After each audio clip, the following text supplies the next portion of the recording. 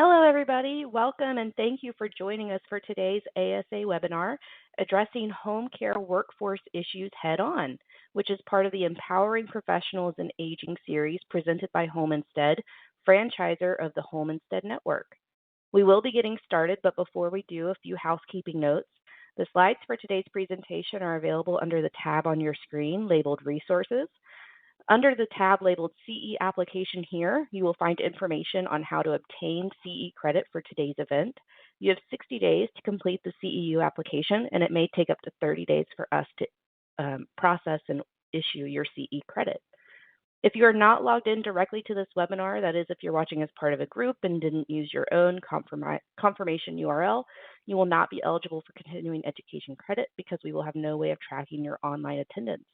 If you would like to receive CEU credit, please be sure to log in using your own URL link. If you have any questions during today's presentation, you can send those to us at any time using the questions box, and we will save the last 10 to 15 minutes of today's program to answer those. Our guest speakers today, you've probably heard Dr. Lakelyn Hogan Eichenberger before. She's with us a lot, and we love her. She serves as a gerontologist and caregiving advocate at the global headquarters of Home Instead. Lakelyn began her career at the local Home Instead franchise in Omaha, working one-on-one with seniors and caregivers. Today at the global headquarters, Lakelyn works to educate professionals in aging, families, and communities on the unique challenges that older adults face and the resources available to help them thrive. Lakelyn earned a PhD in gerontology from the University of Nebraska, Omaha.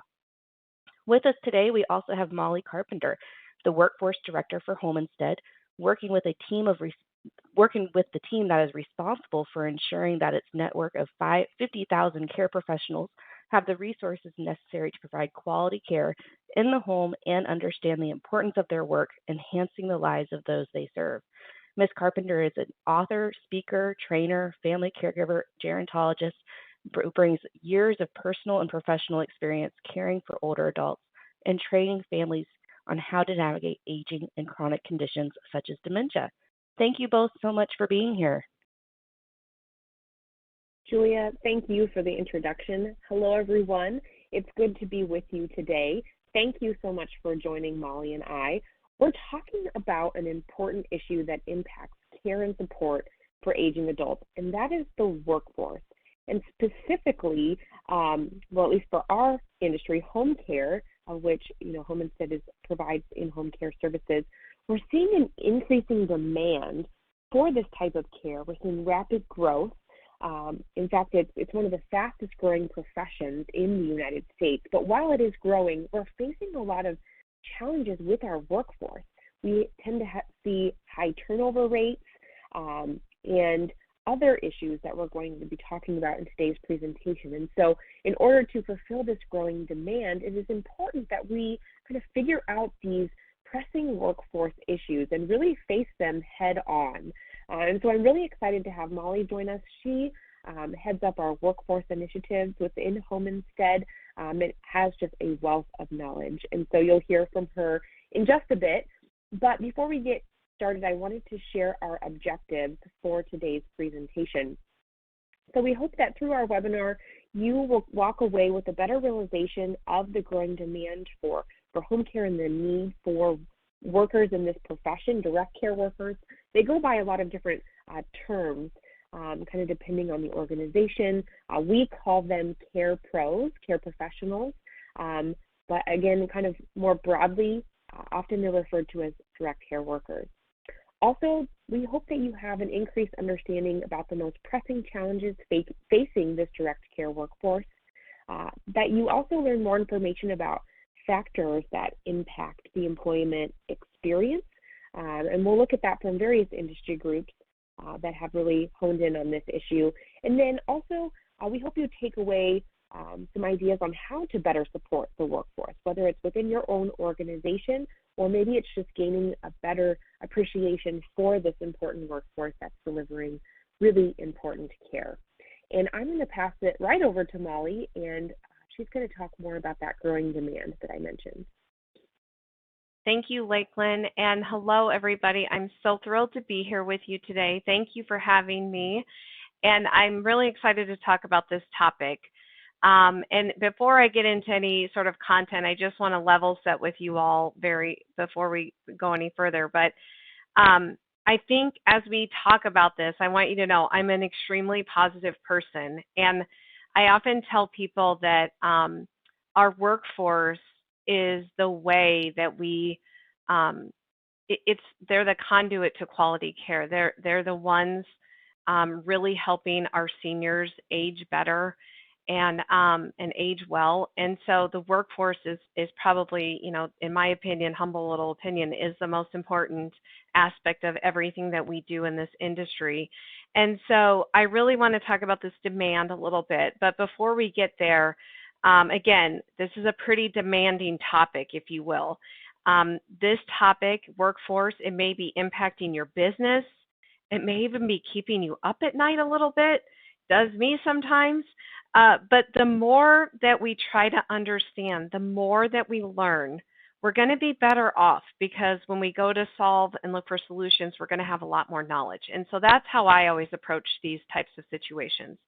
And so as you listen today and we go through this today, I really want you to think about opportunities, because we all have them, regardless of what industry we're in. I know we can all do better, and I know we can support our workforce in more meaningful ways. And it's kind of why I use the word demanding and not difficult when I describe this topic, because we do have some control and some opportunity. So as we go through this, I invite you to keep a really open mind and an opportunity mindset as we go through this. And again, like I said, I'm a really positive person, but these first few slides are pretty daunting because of the current state we're in. So let's get right to it. I want to start with the current state. That's where we've always got to start these topics and talks, And today, we can hardly go a day without hearing or seeing a headline about unemployment rates or job reports and staffing shortages. I mean, how many of you are going to restaurants, your favorite retail store, whatever, and there's signs about we're hiring, or there's signs about we're short-staffed and please be patient? I mean, we're seeing it everywhere we go. And one of the things I like to sort of level set about this is that we have to realize that this sort of labor crisis that we're in has been building for many years, maybe even the last 10 years, I would estimate. Most of us in the service industry have been facing a shrinking labor force for the past 10 years. And there's a lot of reasons for that. And so I'm going to go over these on the ones you see on the slide here. For number one, we have declining birth rates. And that's for a lot of reasons that I'm not going to get into today. But to replace the number of people who die each year in the United States requires a birth rate of 2.1 births per woman. And that rate is steadily declining for decades, and in 2020 reached a record low of 1.63 per woman. So this is all according to the Center for Health Statistics. So again, that's why when I sort of level set that this has been happening, this has been happening for many, many years, and we know that this was coming. I don't know if that makes you all feel better, but sometimes it makes me feel a little bit better. But to add to that, our life expectancy is declining a little bit. You can see 1.5 years.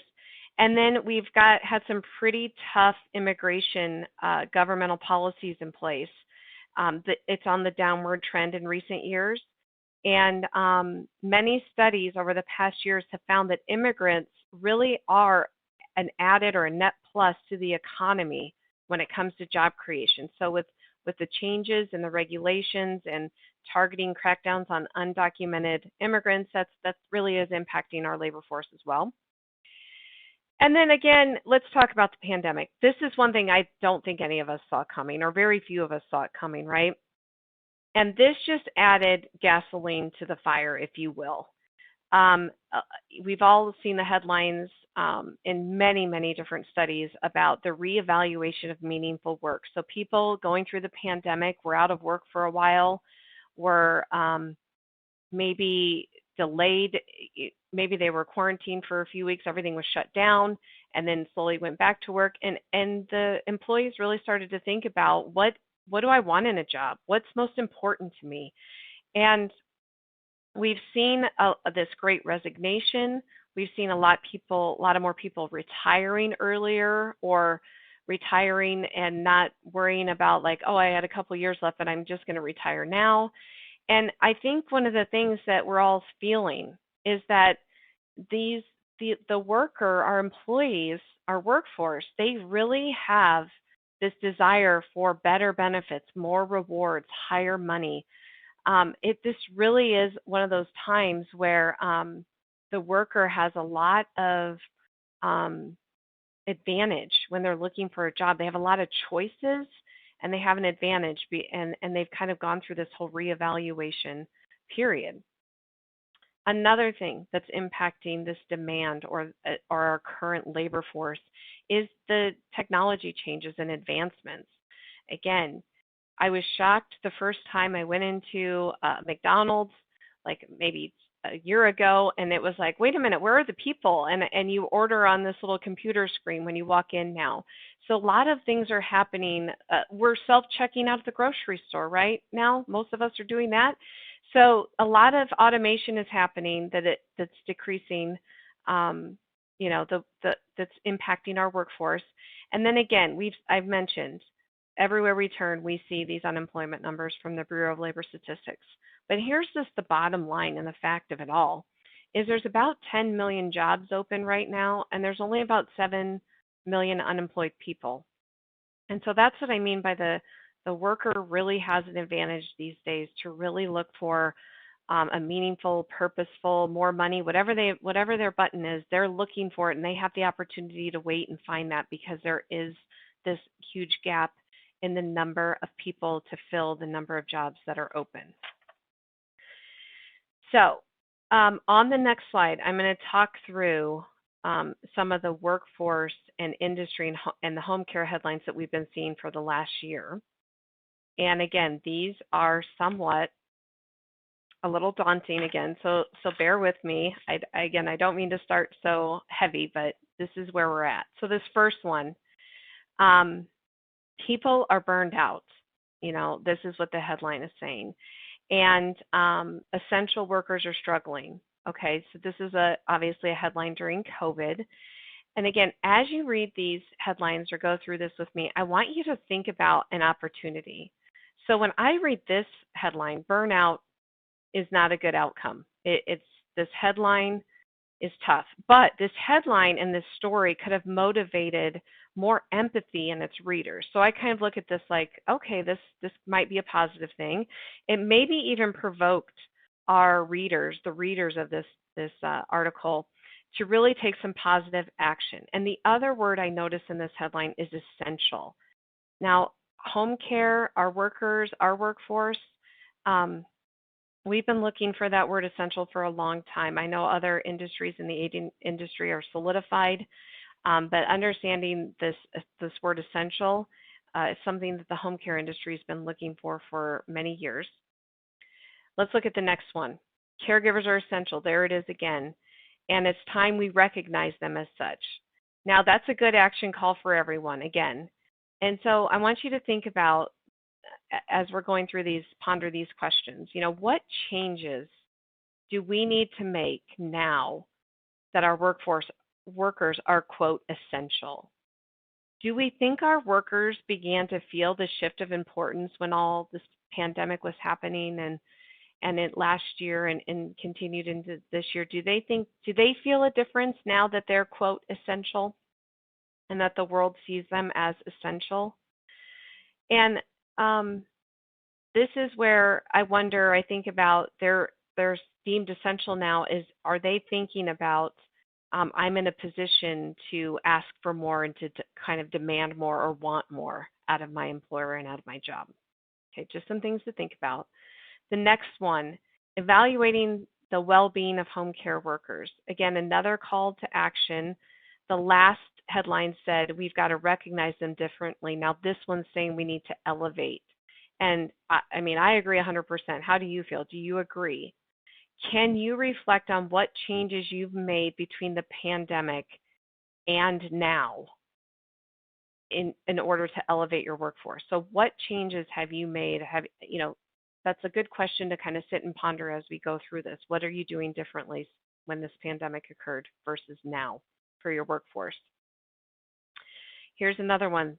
The COVID-19 intensifies challenges for the home care workforce.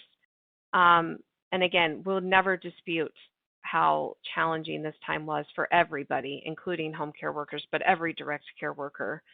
But at the same time, one of the things that I realized about our workforce during these last few years is the dedication and how dedicated they were. I mean, I always knew it, always knew that. But this was another level of dedication where we would have caregivers and care pros say, I'm going in, I know they have COVID, I will put all my PPE on and I will go.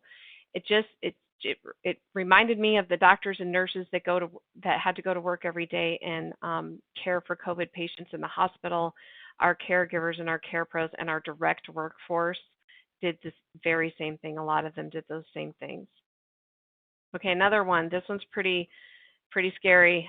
That word vulnerability is very emotional, and a vulnerability kind of hooks you into reading this story. And I just want to call out, I did read I read all these stories, but this one was really at the beginning of the pandemic, and it was a lot about ensuring that we are not, like, transmission wasn't occurring and that PPE equipment was available to everybody, especially home care workers. Now, one of the questions that, again, to reflect on this headline, is PPE essential now too? Gloves have always been, gowns in certain cases. A lot of these things have always been essential. What about masks though now? Are masks and the hand sanitizer, all the extra things we added during COVID, are those just table stakes now to care delivery? I don't know. Just some things to think about. And then another headline. Again, a lot of these are, again, very emotionally charged, but this one is talking about mental health. And I know this is a tough one. It was very tough. We all probably experienced stories or heard stories of people close to us or prominent figures in our community. I know in our states, in our medical center, our beloved medical center, we lost an incredibly important emergency room physician to suicide during the pandemic. So this was a very, very, very big impact on our mental health and mental health disorders. And so as you think about this, what could we do to support our care pros and our direct line workers on their mental health? What is this an area of opportunity? Are we doing enough to support them in their kind of work and their role? And then a final headline I want to cover, it's a real little one there if you can see it, is basically I love it. It's an interesting headline though, so I wanted to cover it. Essential workers on the front lines have been praised as heroes, but how are they feeling? Does the perception of essential workers as heroes overshadow their own suffering? Again, I thought that was such an interesting headline. I ponder this one a lot. I would love for you guys to all be thinking about that too. I wonder, has any of your direct workforce, mentioned that, that I'm a hero, and so I don't know if I feel any different though, or people saying I'm a hero and they're not really realizing all the work that I'm still doing. So again, a lot to think about. And I thought it was important at the beginning of this to sort of level set and sort of talk about the current state and show you some of the headlines. But what I want to do next is transition back to Lakelyn because we've laid this important groundwork. And Lakelyn's going to walk us through a little bit more about the numbers and the home care demand that has occurred because of this pandemic and everything that occurred in the last few years. Lakelyn, take it away. Thanks, Molly. So I know we're talking about, the workforce and the direct care workforce, and again, home care makes up a large segment of that direct care workforce, but there are direct care workers, those frontline workers, across the care continuum. But we're seeing specifically a rising demand for care in the home setting for a variety of reasons. Really, it comes down to an increase in the number of older adults and then also their desire to remain at home. So when we kind of look at the numbers around this, for that first factor, the rising number of older adults, we're seeing, more and more older adults turning age 65 and older each and every day. We're living longer. I know Molly talked earlier about kind of life expectancy. And if you look back in history, I always think this is kind of fascinating. In the year 1900, the life expectancy was 49 years old. Then if you jump to 1932, the average life expectancy becomes 61 years old. And then by 1960, it was up to 69.7 years old. And then today in the U.S., our average life expectancy is 78.7 years. So it's just over, the last 100 years, we've really come a long way in terms of advances in medicine to really help extend that life expectancy. And as a result, we're seeing an increase in the population of those age 65 and older. And if you kind of look at the span from 2016 to 2060, you'll see that the number of people age 65 and older will almost double, from about 50 million people to just shy of 95 million people over the age of 65. And then that 85 and older category is also growing. So in that same time frame, it will nearly triple from about 6.4 million in 2016 to 19 million in 2060. And so when you think about that increasing number of aging adults in our society, it makes me think kind of to that traditional age distribution pyramid that we've seen as a society for so many years. So I always hold my hands up in a triangle for a visual, but for so many years, we've had a society where the most, people, the largest age category were those younger generations, because people weren't living as longer. And so there was plenty of younger folks to take care of the aging population. Well, with these numbers, we're starting to see that pyramid look more like a rectangle, and soon will kind of invert and flip on its head. So as of today, there are more people over the age of 65 than under the age of 5. And while that might not seem like an alarming statistic, you really stop to think about it. Those 5-year-olds and younger are probably going to be the ones that take care of that 65 and older population, because we do see that people who live to the age of 65, about 70% of them will need some sort of care and support, through the remainder of their lifetime. So with that kind of younger generation shrinking, there's just not going to be enough older folks to take care of the aging population. That goes back to what Molly shared earlier. We're just seeing, all of those hiring signs out there because we're just seeing a dwindling workforce.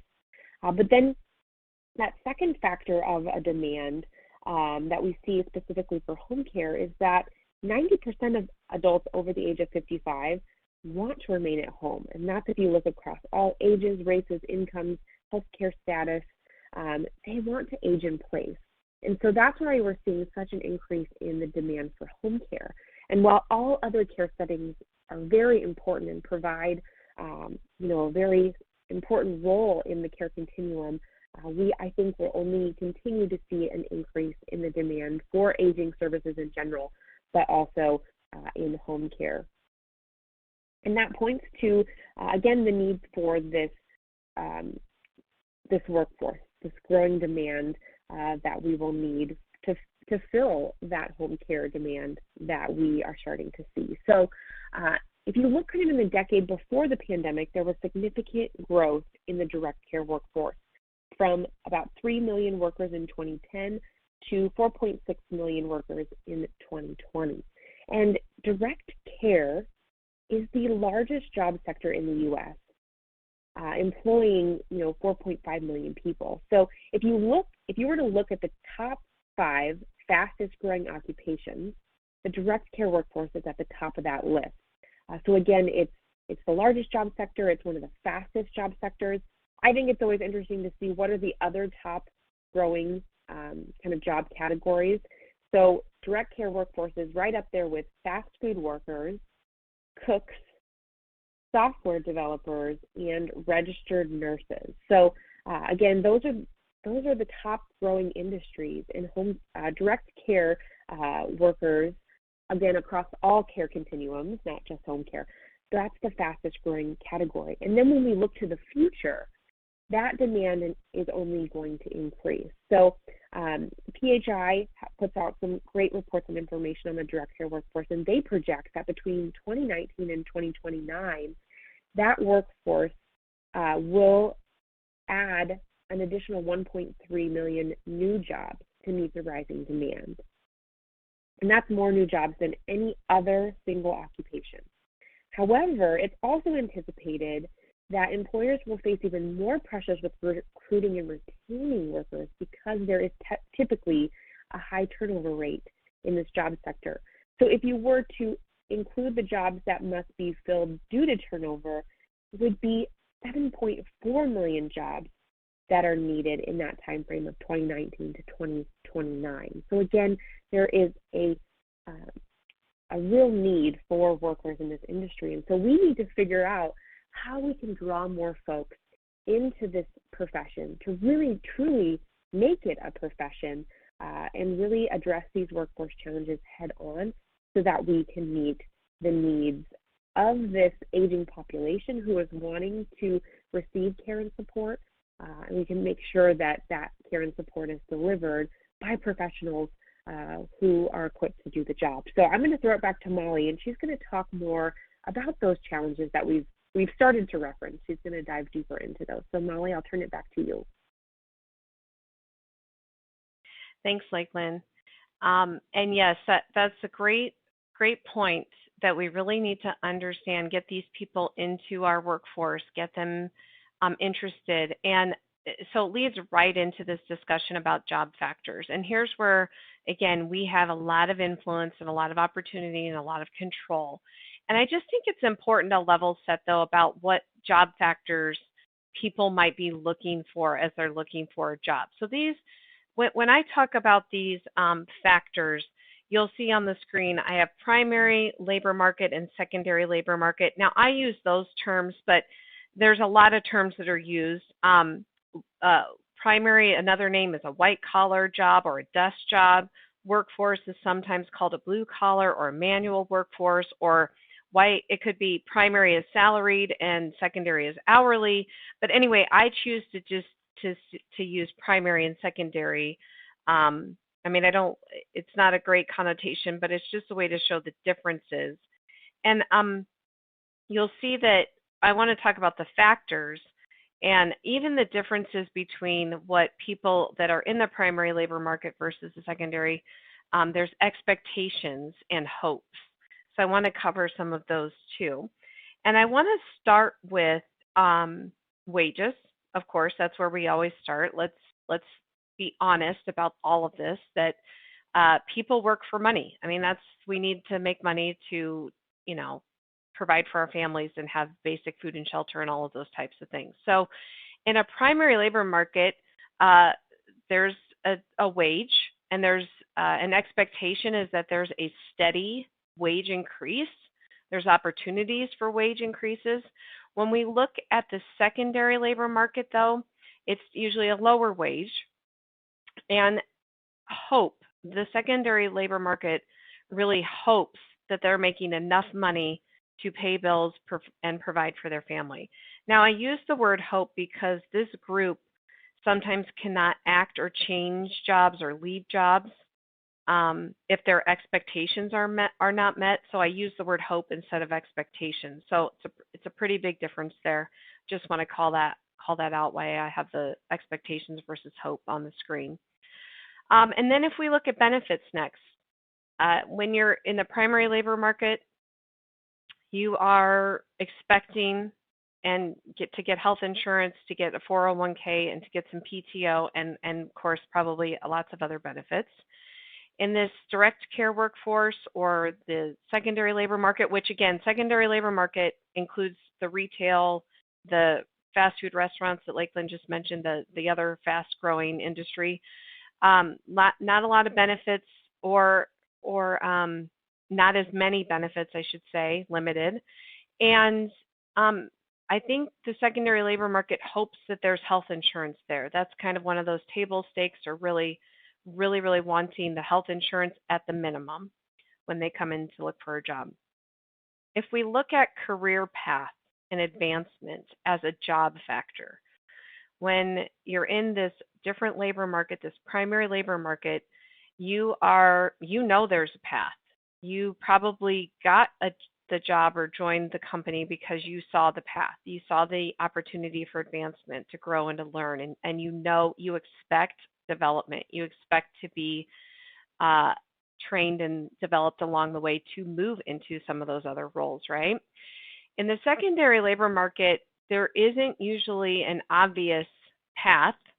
A lot of those jobs are very, especially our jobs, the direct workforce jobs, they're very physical, they're very mentally and emotionally challenging, there's stress. That could be true for many industries in the secondary labor market. So when you think about what they're hoping for, is just a raise on a regular basis, and even just a raise, maybe even once a year, or for doing a good job. So quite a big difference there. Another factor in these jobs is a formal education. So when you move into this primary labor market, usually it's accompanied by some sort of a formal degree and some formal training. And again, expectations are the same thing around a review process, a development plan, opportunities to continue to learn. In the secondary labor market, a lot of those folks don't have that formal education behind them. Maybe they've started some community college, or maybe they have a little bit of college under their belt, but typically are lower educated. And their hope is to just get enough training and to get continual training for the job that they're going to do, so that they can perform well. I think this next one's a pretty big one, especially for our home care industry. But in the primary labor market, there's this sense of security and stability, right? And in the direct care workforce, especially our aging direct care workforce, there's a lot of inconsistency there. And it's partly because of the population we're serving, right? But there's a lot of inconsistency in hours. There's not a lot of security. And that's for lots of reasons that I'm not going to get into. But we'll talk about turnover in a little bit here. But they're looking. The hope for the secondary labor market is they want that stability, and they not only want it in the job, but they want it in their life too. This group that we'll talk about in just a few minutes, some demographics, they're looking for some stability in their life as well.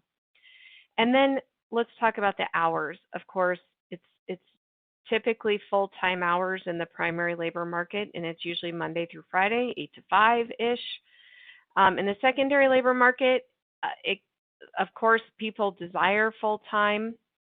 In our home care industry, it's mostly a part-time job, with their hope being they want full-time job and they don't want to work weekends, but a lot of weekends occur in all of the industries that might fall into secondary labor market. I mean, all the fast food restaurants, the retail stores, everything is open. Hospitality is all open on the weekends. And they want full-time hours, but it goes back to the consistency and the stability in the hours when it comes to, especially home care.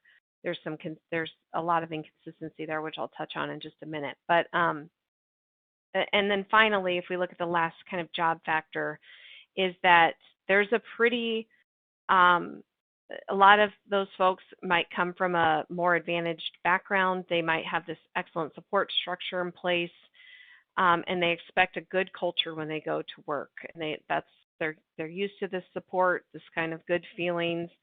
And in the secondary labor market, it's a lot of minorities, maybe come from disadvantaged backgrounds. They don't have the support system that others have, and their hope is really just relevancy and purpose. And so the reason I point all this out to all of us, or remind us of all of this, is we do have a lot of control over these factors and some of these factors that we're doing, especially wages and benefits and support and training. I mean, these are the bare bones, or the factors that people look for when they're looking, for a job. And so we have to take that into consideration.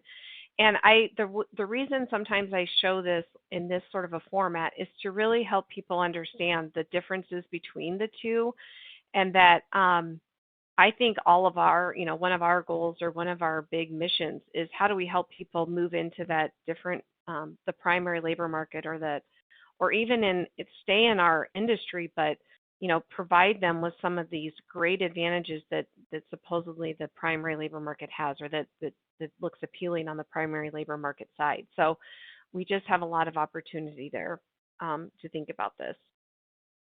Okay, so we've talked about these factors, and I think it's important to think about this from the bigger picture. That's why I sort of showed it this way. But I do want to talk about next about turnover. And again, when you look at these secondary labor market factors and you sort of understand it, you can understand why potentially that our industry has some turnover issues and some opportunity once again. So this first part of this slide, this slide is really the home care turnover numbers, and it's all according to Home Care Pulse survey. This is from the 2021 data. It's just published in 2022.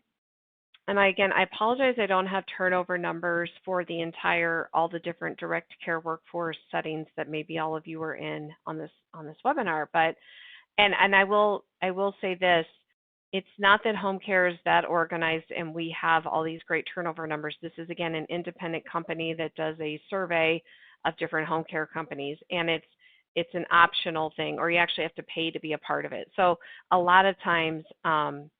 But I do think this is the best numbers we have, and it's a pretty good representation of turnover. So if you look at this, the caregiver turnover represents the percent of caregivers who quit or were terminated in 2021.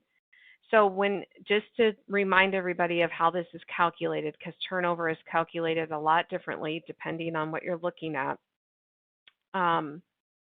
It is calculated by taking the number of caregivers who quit or were terminated in the year and dividing that number by the average number of caregivers employed in the same time period. So you can see this graph is really showing the turnover by year. And so it's kind of hovering in 2021 around 65%. And then this graph at the bottom here is really about the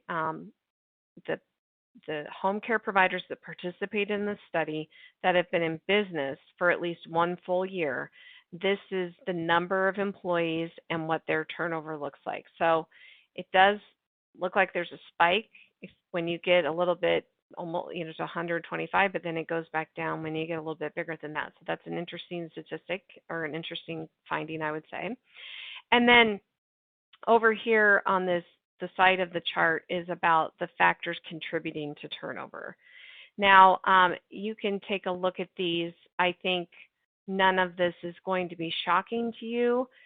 And I would argue that a lot of these are universal. This isn't, even though this is a home care survey, this is basically I think a lot, like dissatisfaction with compensation is probably number one universal in the secondary labor market and or the direct care work market, I would argue. I also would like to say that when putting together this information, there is not a lot, like I said earlier, there's not a lot of recent research or studies about turnover in our industry, in home care and in aging industries and different organizations. So this was really, it's really telling that there's nothing recent that we can go by. So anyway, again, I think compensation is pretty much a given in a lot of our industries. Again, lack of benefits is listed there. COVID safety concerns, that makes a lot of sense. This was conducted in 2021.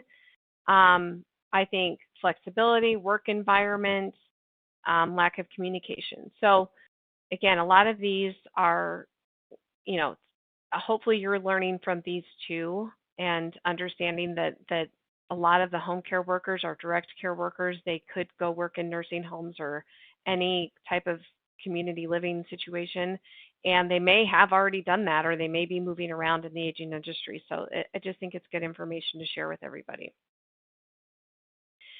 Okay, so we've talked about the job factors associated for the labor markets. We've looked at this turnover. So I want to move into some of the different factors that come into play in the home care workforce, okay, specifically. And again, a lot of these are going to be home care focused, but I really want you to think about these as, I think a lot of them can be universal in the direct care workforce as well. Okay, so basically probably one of the toughest things about home care is that the schedule is really driven by the client or the aging adult that we serve and their needs. And it's really sometimes to the point where it's an open, where the family or the aging adult can choose any day, any time that they want care. So imagine the difficulty in having these schedules be somewhat pretty different, I guess. It depends on the person, the people that are signing up. But imagine then matching it with another person who has a whole life and a whole thing going on, and matching those schedules. I mean, it's the quandary, right? It's probably the big quandary of home care. When I think about other industries, though, especially I worked for 15 years in direct care before coming to Home Instead, and I worked in a variety of senior living communities, and there were some demands in the schedule there that we always had to work around. Like when the medical director was rounding, that was so that could throw things off. Meal times, there's lots of different things that can throw a schedule off. And so it's and it can impact the workforce in a lot of different ways. They may not get their job done as quickly or as they may have to stay later or whatever. There's a lot of factors that can come into play there. Another one of those unique factors that's probably in home care a lot is the remoteness of the job.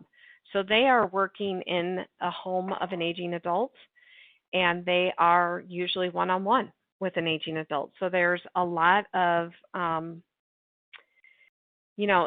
we give a lot of autonomy. We do a lot of training, but we do give a lot of autonomy, and they don't have the team around them. They don't have a group of people that they can bounce ideas off of, tell a story to, have a quick conversation with, get help from, those kind of things. Now, they can call, and they do call our support staff on the regular basis.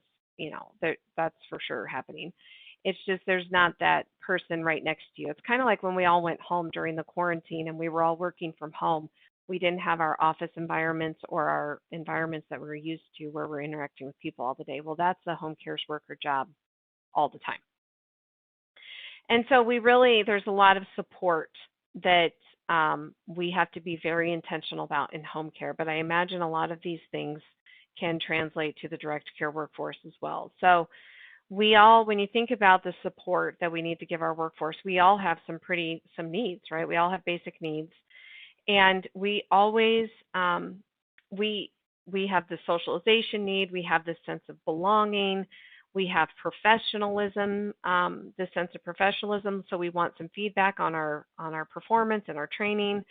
We have some self-esteem needs, right? We want recognition. We want to be recognized. Our workers want to be recognized for when they do a great job. And so I think there's just a lot of things to think about when it comes to support that is challenging in home care, but I think it's challenging probably for a lot of us in this industry where we really have to get intentional about thinking about the workers' needs and offering them the appropriate support they might need. And then, I'm going to show you demographics right after this slide, but a lot of our workers in the secondary labor market, they're they have a lot of personal circumstances that they're balancing in their life, whether that's childcare, other caregiving responsibilities, maybe a second job, all kinds of things. And on top of it all, these jobs that our workers are doing and all of our direct care workers are doing are, like I said, very emotionally, mentally, and physically challenging. So, which is another, complexity when we're trying to support these workers. It's hard to balance all of those different stressors. So sorry. So on the next slide, I want to get to the demographics so you guys can kind of see some of these demographics. Basically, I think it's, even though these are, again, home care focused, the most of our direct care workers are female. You can see the ages there are, I think those are probably not surprising to any of you, and I think the racial and ethnicity is not surprising to any of you either. So that's sort of what the breakdown looks like. And so while these are, U.S. stats, I think one thing to call out is that our direct care workforce is present worldwide. A lot of these challenges are worldwide. We have markets in other countries, and these are universal. So I imagine the direct care workforce has a lot of these challenges worldwide. So there's an organization, and it's called the Organization for Economic Development and Cooperation, or the OECD. They recently published a report on care workers for elderly. And the OECD, again, it's an organization that publishes recommendations. They do analysis and they do data on like a lot of the key global issues, really to help inform policymakers, researchers, and analysts to implement the best possible responses and policies in their countries. So on this, the bullets on the screen here that you're seeing are some of a recent report they did where they're highlighting some of the issues. So when they talked about home care workers, they can be marginalized and forgotten. They called that out as an issue that needs to be highlighted and needs to be, and I think we've all talked about that. We've talked about a lot on this webinar already about they're essential, and so how do we ensure that they do feel essential and that the world recognizes them as essential. Another issue they called out is there's limited recognition and respect, and this again could go for any direct care worker, not just home care. And that low wages translate to undervalued jobs. And we do know that that is a concern and that it's something that needs to be addressed. It's definitely an issue. Lack of professional development and high turnover, like we've said. Again, all of these are concerns. All of these are things that we need to take into consideration. And I think there are things that these are issues that we've talked about today, and it's probably the reason why we're having this entire webinar today. So I want to, though, get to how we can better support our workforce. So far, we really have talked a lot about this demand for home care and the need for home care workers. And we've understood there's obviously a demand for direct care workers as well. And we've understood that there's a lot of challenges facing this direct care workforce. And then we've also today looked at a lot of those factors that are impacting our employment experience and understanding those factors so that we do know how we can better support our workforce. So I want to talk about support. So I'm going to turn this over to Lakelyn to lead us in the conversation about how we can better support our workforce. Thanks, Molly. And thanks for going over all of those challenges. So I think something that we can all reflect on for those on the webinar are how can we support the direct care workforce in kind of two categories or two buckets. What can we do in our organizations if you employ direct care workers? What can you do as an employer to best support your employees? And then in that second bucket, how can we as an industry and as society elevate this profession so that it's a desirable career field that people, again, want to come into? Because we really do need to build up this workforce in order to meet the growing needs and demand, and to ensure that our aging population is well cared for. And so I'm going to first start with that first bucket and just share some best practices from us at Home Instead as the things that we are doing. And again, we know we still have a lot of work to do, but we've come a long way and have implemented some best practices and programming and supports for our direct care workforce. I've been in a lot of these conversations lately, and Molly, this is her day-to-day job, and so we're starting to see a lot of alignment in the field amongst various kind of advocacy type organizations, employers, as to the categories that need improvement. And Molly has gone over a lot of those things. And I know that compensation is often one thing that gets brought up time and time again, and that is a very important aspect to this conversation. But I think it's important to also think beyond the compensation piece. What can employers do beyond increasing wages? Again, that is important, and we need to focus on that.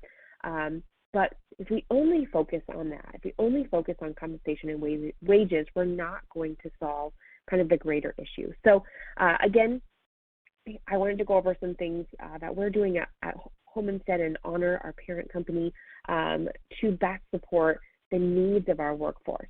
And first and foremost, training is something that we believe heavily in. We hear directly from our workforce that they're hungry for training. Often our workforce is very unfairly called unskilled.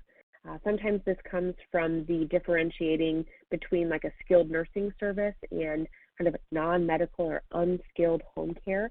But I think that that's very, again, unfair because it takes a lot of skill to care for someone who is living with Alzheimer's and dementia, who has complex chronic conditions and needs at home. And so at Home Instead, we invest heavily in our training at the start of employment, but also ongoing training, both in the classroom style, and through on-demand training when it's needed. So we're consistently evaluating our training, updating it to reflect best practices. Just as an example, we recently worked with the Alzheimer's Association to enhance our dementia care training. So we really are focused on providing that, again, as an opportunity to develop and provide that professional development that, again, we are hearing directly from the workforce that they're wanting. Molly touched on scheduling earlier, so I'll keep it kind of brief on this front, but we're looking at creating more consistent scheduling opportunities and giving the direct care worker, the care professional, more autonomy and kind of control over their schedules. That way, it really is kind of putting the power and the agency back in their hands. But again, scheduling we have found to be an important component to job satisfaction, making sure that they're getting the hours that they need to ensure their own economic security, making sure they're being able to provide for their needs is a big, important component of that. Another big one is feedback. We have learned how important it is to hear directly from the care professionals, to hear from our workforce, to really understand what their true needs and wants are. We've implemented a feedback loop that is aimed at specific employment milestones, especially within that first 90 days. We've talked a lot about turnover.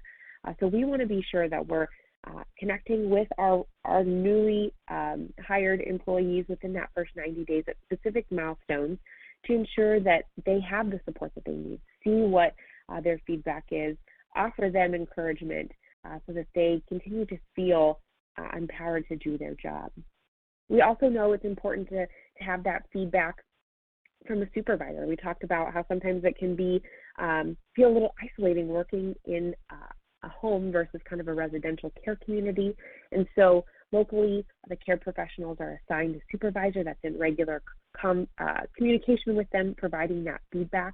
We also are implementing things like shadow shifts, on-the-job training, mentorship, so that, again, that feedback is being provided kind of in real time, and also utilizing technology to provide feedback after each visit that they have with the client that they're serving, the older adult that they're serving.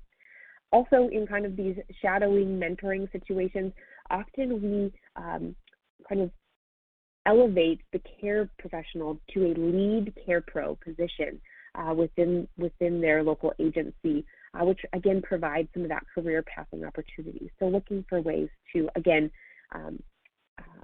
offer them those kinds of things that they're desiring.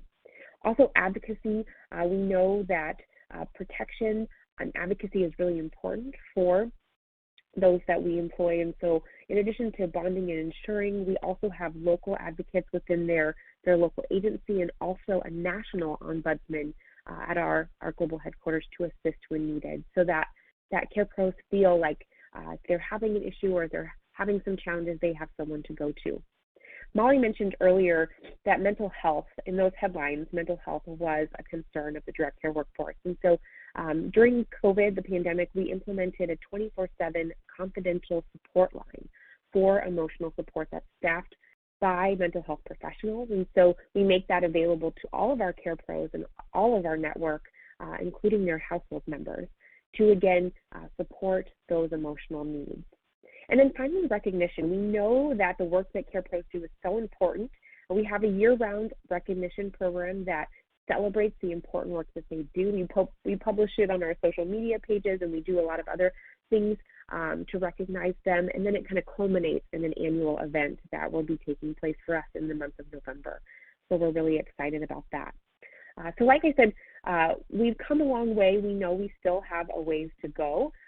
But we at Home Instead really value being an employer of choice and creating an environment where people want to work.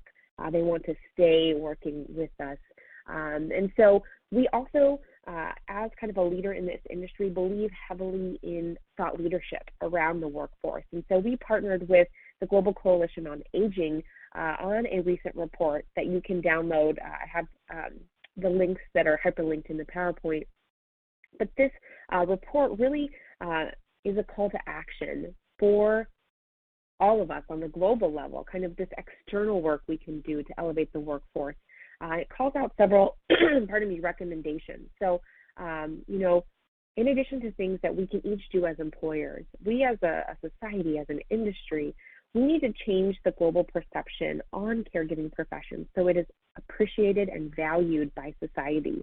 If you think about those kind of national campaigns that champion nurses or teachers, could we not have a campaign to champion the direct care workforce? I think that would be neat to see billboards and that sort of thing. So that's a recommendation. Also bolstering training and education standards to ensure consistent quality and accountability, going back to that training. Also supporting and rewarding caregivers, and recognizing the value and the hard work that they do, the value of the work that they do. And then also making sure that they feel integrated, that the home care workforce, the direct care workforce feels integrated into the larger societal and healthcare ecosystems. Again, sometimes they're seen as, just a direct care worker, and they kind of feel marginalized, less than, but really they should be feeling like a really important extension of the healthcare system into the homes of the people that they're serving, or because again, it is really, really important, the work that they do. So last fall, we partnered with the OECD, Molly talked about them earlier, and we hosted a roundtable workshop on these recommendations and some call to actions to kind of further flesh out these recommendations. And that report will be coming out in the next couple of months. So please follow Home Instead. We'll be sure to get that information out. And I know we are running really short on time. I wish we had more time for questions, but I do want to thank all of you for joining us. And I'm going to pass it back to Molly quick for a final word on the direct care workforce. I love this photo. These are our actual care professionals that we have across our network. They are the faces of those that are doing this really important work day in and day out. So Molly, any last closing thoughts from you? No, just that, again, the fact that you're all here and you attended is really, you care, you're there. We want to make this better. We're all on a journey, and I really appreciate all of your time and your dedication to, meeting the needs of your workforce. So thank you for your time today. And again, I'll turn it back over to you guys if we have time for questions. Thanks, Molly. And it looks like we've just had a couple of questions come in. I think they were kind of in reference to some of the statistics that you shared. Oh. So I would encourage those folks to go to the Home Care Pulse website they have some great information and resources there. And so also, again, you can download these slides. Julia had mentioned that earlier. And so you can go back and revisit and kind of dive deeper into those statistics. But again, we thank you all so much. I will, on this next slide here, we have Molly and I's contact information. Please don't hesitate to reach out to us if you have further questions. And we look forward to seeing you back at this webinar series next month, where I think we're diving deeper into navigating a dementia diagnosis. So, Julia, I'll turn it back to you. Well, thank you both so much for your time and your expertise. And like you said, it can be a hard topic to talk about, but it's one that we're all facing, and we all have to work together to find some solutions. So we have reached the end of our time. Before we go, we just want to remind you that, again, if you would like to claim CEUs for today's webinar, you will be receiving a follow-up email that will contain a link to the CEU application. The slides for today's presentation will also be attached to that email. You have 60 days to complete the application for CEUs, and it may take up to 30 days for us to issue them. Again, thank you all so much for being here, and we hope to see you again next month. Take care.